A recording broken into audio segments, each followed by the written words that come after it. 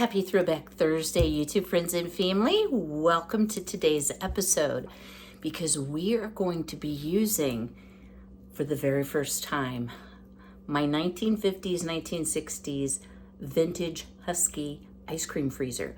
I hope you'll stay tuned for an old-fashioned recipe and let's decide whether these vintage ice cream makers are really worth it. Stay tuned.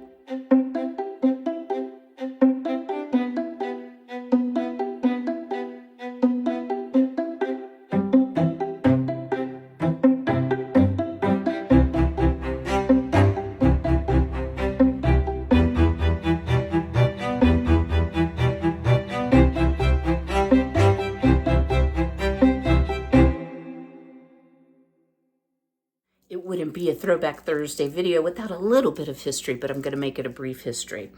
So, the ice cream maker, the home ice cream maker, was invented by a lady named Nancy Johnson. It was patented first in 1843, and William Young produced it, and it was called the Johnson Patent Ice Cream Maker. And that started it all. And that was a hand crank machine. And then in the 50s and 60s, more commonly, you would see these. So the electric ice cream makers. Mine actually came with the original label. And if you can barely see, it says regularly $27.95. It is the Husky Freezer. It was made by the J.E. Porter Corporation in Ottawa, Illinois. And it came with the original booklet. So I have never used this before, so we're going to learn together. I have cleaned and disinfected this very well. If you see what you think is food or dirt, it's just blemishes in the paint. But if you see, it's like the fiberglass looking. The best I can find was 1960. I would call it before then, just based on the color. So I am not going to make the ice cream in the book. I am going to make ice cream from a recipe I got online. So let me swing you around. We're going to go to the stove. I'll share with you where I got the recipe. And this is like a custard. And I'm going to make vanilla. It's actually for strawberry, but I didn't have quite enough homegrown strawberries. And I'm a little over the strawberries after the 10 pounds this week. So stay tuned for a moment. It's actually Sunday here. And I just looked out and it's raining. It's supposed to rain all day. I am so excited. The girls are not excited, but I am. So this is Taste of Home. I do love Taste of Home's recipes. So what it calls for is 6 egg yolks. Look at my beautiful orange egg yolks from my girly girls. They have gotten to be so spoiled, y'all. And I have a double boiler here, if I didn't say that. This is a George's Barrard that I've had for a while. It's more for showing than for cooking, but it's the only double boiler I own. So to our 6 large egg yolks, we're going to add 2 cups of whole milk. And y'all may hear a little popping. I rewashed my pot, so it's probably wet on the bottom. Okay. And then you just want to fling it everywhere. Pardon my reach. Oh, y'all. Oops, now I'm going to try to run the oven. Got to get that up though, guys. Can't leave that on the stove. It will curdle. Okay, back to the recipe. So place 6 egg yolks, 2 cups of whole milk in the top of a boiler, double boiler, beat. Okay, so I'm going to beat those up. And then we're going to add our sugar and our salt. It's a 1/4 teaspoon of salt and 1 cup of sugar. Now, the reason that something such, so sweet calls for for salt, is it kind of accentuates the flavor and takes away the overwhelming sweetness. So it's very common in dishes like this, rich dishes, that you're going to see something like that. Y'all excuse my shirt. So it says Cook over simmering water, stirring until mixture is thickened and coats a metal spoon, and then cool. So let's go ahead and start adding our sugar. And I'm sure you could use a hand mixer. I'm just going to use a beater. I mean a whisk. Oh boy. I hope my whole video doesn't go like this. Sometimes it does.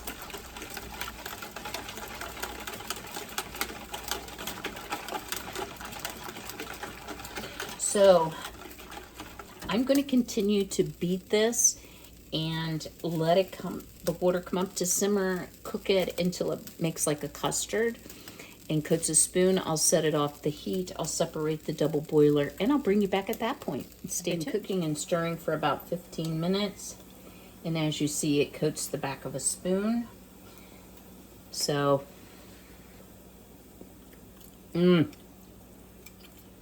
y'all, tastes like pudding. So I'm going to remove it from the heat here. And I'm also going to take the double boiler apart. Set this aside here for right now. And then I am going to go into, once this cools down a little bit, I'm going to go into the freezer with it to cool it down. Because what it says to do is cool and then add vanilla, whipping cream, and then if you want to add strawberries at that time. So I'm going to let this cool off for a few minutes. It's going to go in the freezer to cool down quickly, and we'll get on to the next steps. All right, our mixture has cooled, and it's time to add the last two ingredients. And I do have the base of the ice cream maker in the sink. So it calls for a teaspoon of vanilla.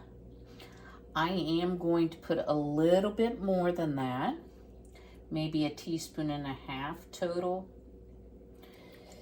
And I did put a little bit of the organic powdered vanilla in the creaming mixture here, the eggs and the milk. To this, we're going to add 2 cups or a pint of heavy whipping cream. I'm sure this isn't fattening. Just saying. Oh, I bet it's going to be good, though. So I do want to get it mixed up well. Even though it churns it, I want it to be mixed well when it goes in. All right. It says, follow the manufacturer's instructions. So let's switch over to the book, the original book. And it says, prepare your mix, chill before using. Okay, I already did that. Prepare your ice, which I have right here. And the next thing is that says, insert the dasher into the can. So,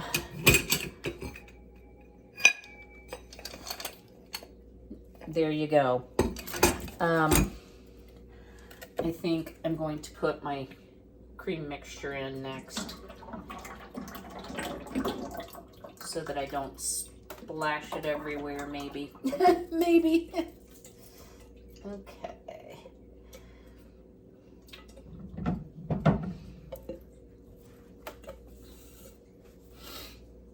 And I saved the hot water from the double boiler for help in washing. So next, we're going to drop the dasher in.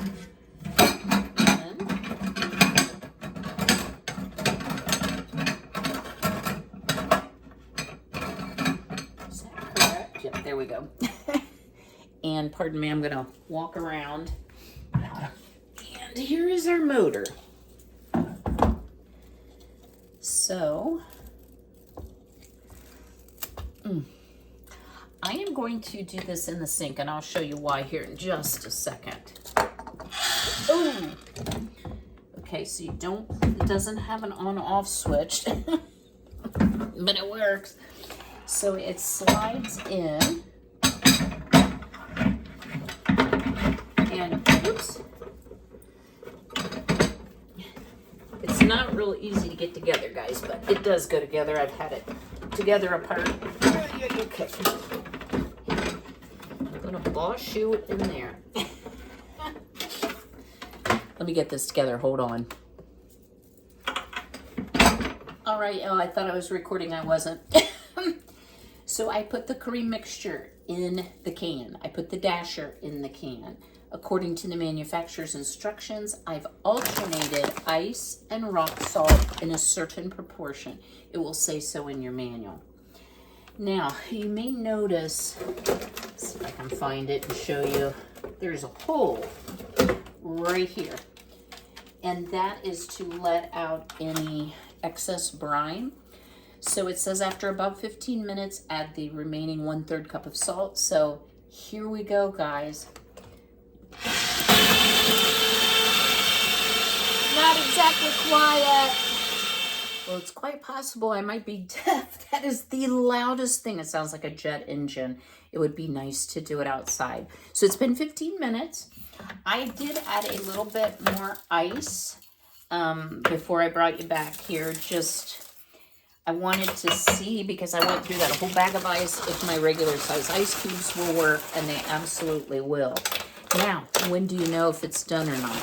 Well, therein lies the question. I'm going to read you the directions, y'all.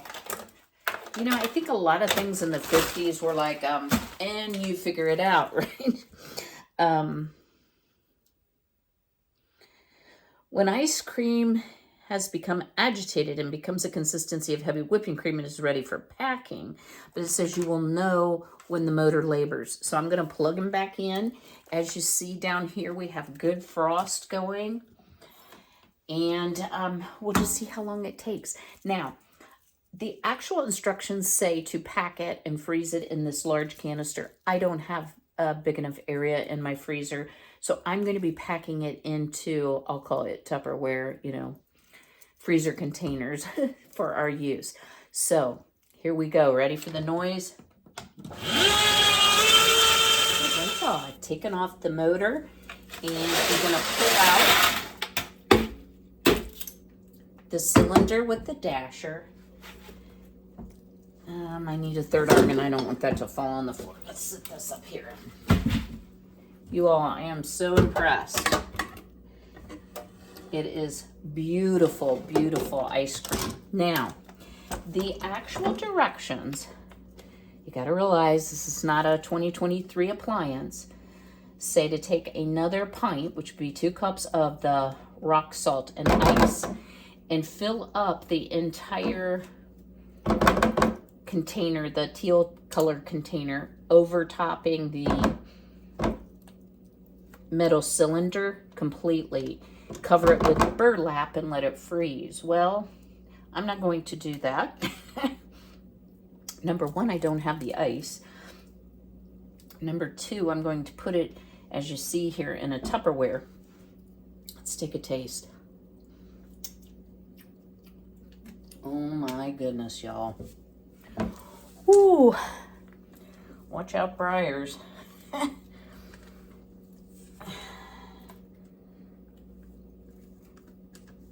It's beautifully creamy, so creamy.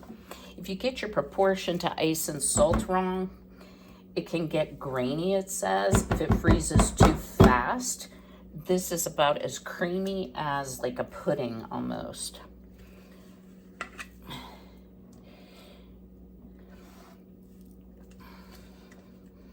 Oh my word, y'all. So much goodness.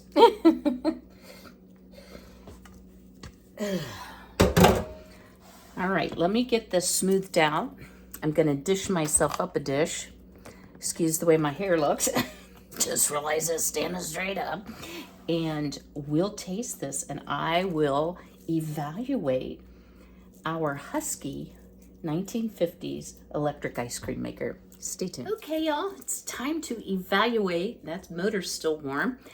My 1950s, I'm sure it's 1950s just based on the color and materials. My 1950s Husky Freezer. So, first of all, does it look mid-century modern? Oh, yeah. I would keep this out all the time, like up on a cabinet or something, if it would fit, because I think it is uber cool looking. I love that it has the original label that was here. And I also love that it has the original book with it. It has recipes in it. It has a place for you to order spare parts. It always cracks me up because they're like, the tub is only $6. Yeah, I don't think so, but I cannot find any copyright date.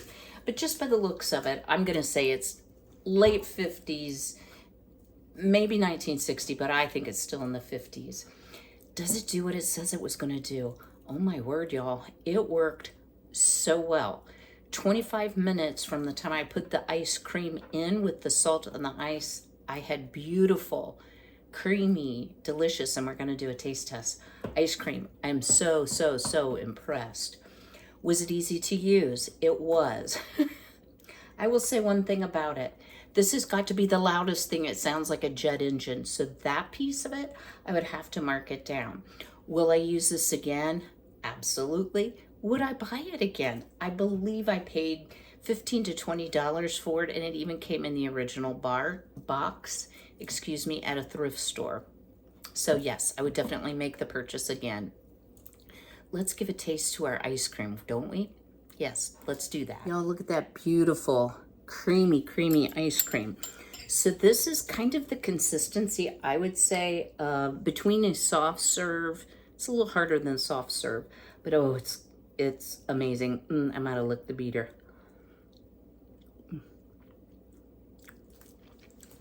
Lightly sweet, very dairy.